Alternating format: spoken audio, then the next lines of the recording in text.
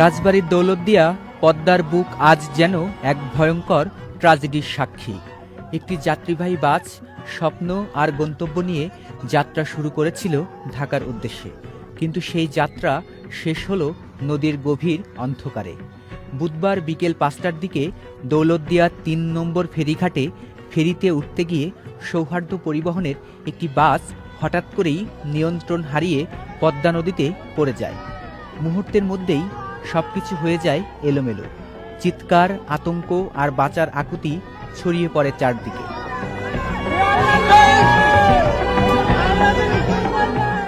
বাসটিতে অর্ধ শতাধিক যাত্রী ছিল বলে ধারণা করা হচ্ছে।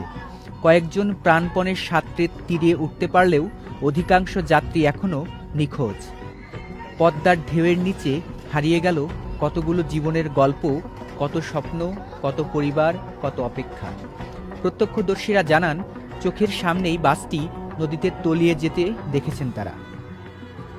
স্থানীয়রা বলেন, ৫-৬ জন কোনোভাবে বাঁচতে পেরেছে, কিন্তু বাকিদের এখনও খুঁজে পাওয়া যায়নি।